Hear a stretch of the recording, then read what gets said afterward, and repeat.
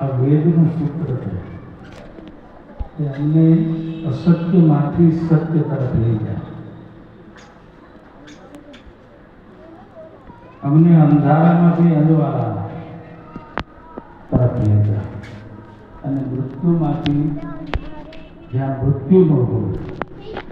પણ આવું બધું શક્તિ ક્યારે બને કે તમે ધર્મના આશ્રય લેતા હો, તમે જ્યાં છો ત્યાં નિયમિત પાળતા હો. મને યાદ છે મોહમ્મદ પૈગંબર સાહેબે એવું લખી ગયા કે તારું સ્વર્ગ તારી માતાના ચરણારવિંદમાં છે. તો હું મારા પ્રવચનોમાં બધે કીધા કરતો કે મુસ્લિમ સમાજનો એક અનોખી નિયમ છે કે એના વૃદ્ધાશ્રમો નથી.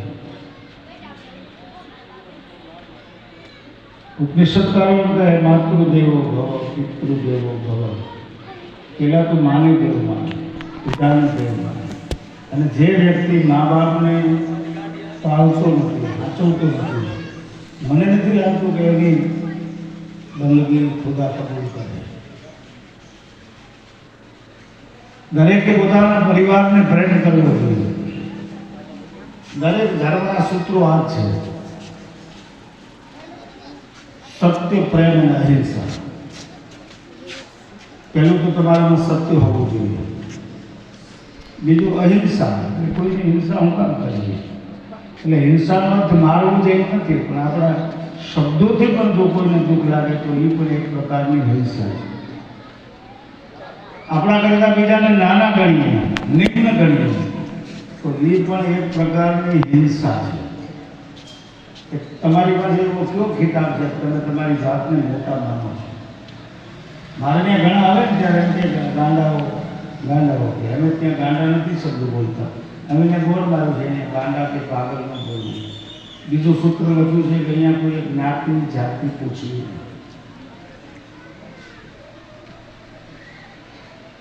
આપણી પાસે કોઈ સર્ટિફિકેટ છે કે આપણે ડાયા છીએ, આપણે એવું લઈ જમ્યા છીએ, તો બીજાને ગાંડા કહેવાનો અધિકાર કોને આપ્યો? એ રોગ છે અને એ દવાથી મટી શકે છે. આપણે ત્યાંથી અત્યાર સુધીમાં 132 વ્યક્તિ સાબિત થઈને આ સમાજમાં પુનઃસ્થાપિત થયા. આપણે કદાચ બધાને ખબર નહીં હોય, પણ દાદુ મિયા છે એમાં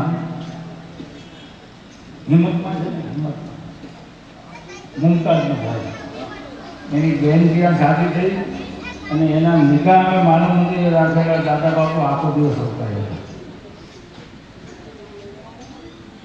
પછી એક છોકરી ખુશ્બુ કરી પોરબંદર પોલીસ લઈ આવી હતી, જેના ઉપર એસિડ નાખેલું.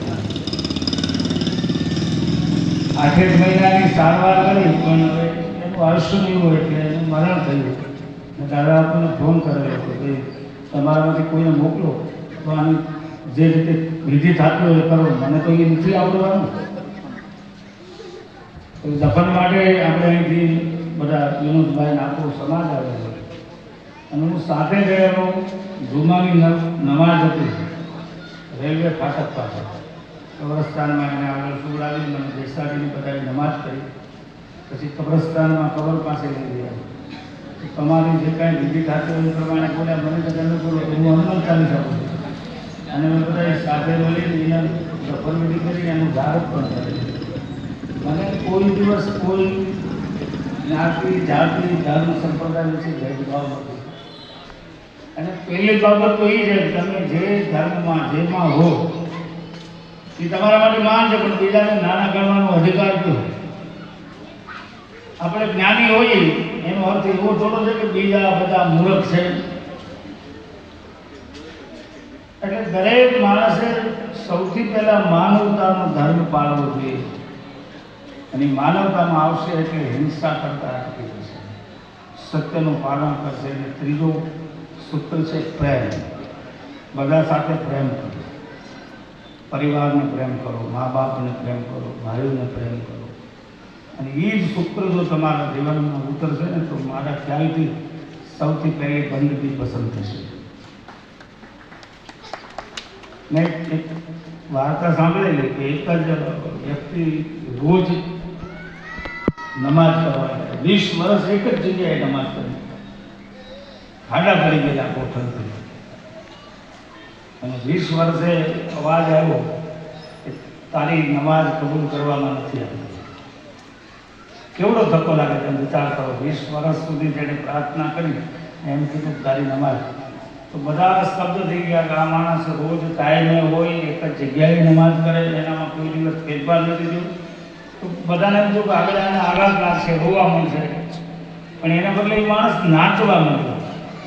યુનુસભાઈ એ નાચવા માંડ્યો એટલે બીજા કીધું કે આનું સટકી ગયું લાગે, કારણ કે આવડો ધક્કો 20 વર્ષની નમાઝ. બીજા કીધું કે તું નાચે શું કામ? આ તો બહુ ખરાબ થયું, તારી 20 વર્ષની મહેનત પાણીમાં કરી. એ પાણીમાં નથી ગઈ. કેમ? કે એને ખબર છે કે હું 2 વર્ષથી આવ્યો છું.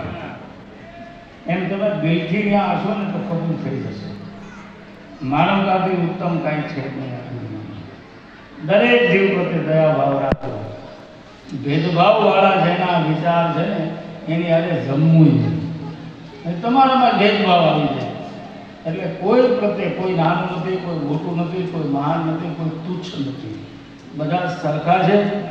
માનવતા અતિ ઉત્તમ છે. ભાઈ સાહેબ અમારે ત્યાં આવેલા દીકરીઓને પૂછે તમારે નાસ્તો કરવો છે કે ઠંડો પીવો છે કે આઈસ્ક્રીમ, તો છોકરીઓને કહે ને તમારે સોડા પીવું છે તો આ સોડા લઈને આવે. મને એનો પ્રેમ અને લાગણી અહીંયા ખેંચી રહ્યો છે, કારણ કે એ અમારી દીકરીઓના હાથે. ત્યાં જાતિવાદી નથી. અમે મહેનતે કરેલી છે. રાજુલાના બેન છે મુમતાઝ, એનો પરિવાર મળી ગયો, લેવા નથી આવતો. બોલો એટલે આ દુનિયા કેટલી સ્વાર્થી છે એ હું તમને કહું. એવા 4 વ્યક્તિઓ અત્યારે સાજા થઈ ગયેલા છે, લેવા નથી આવતા.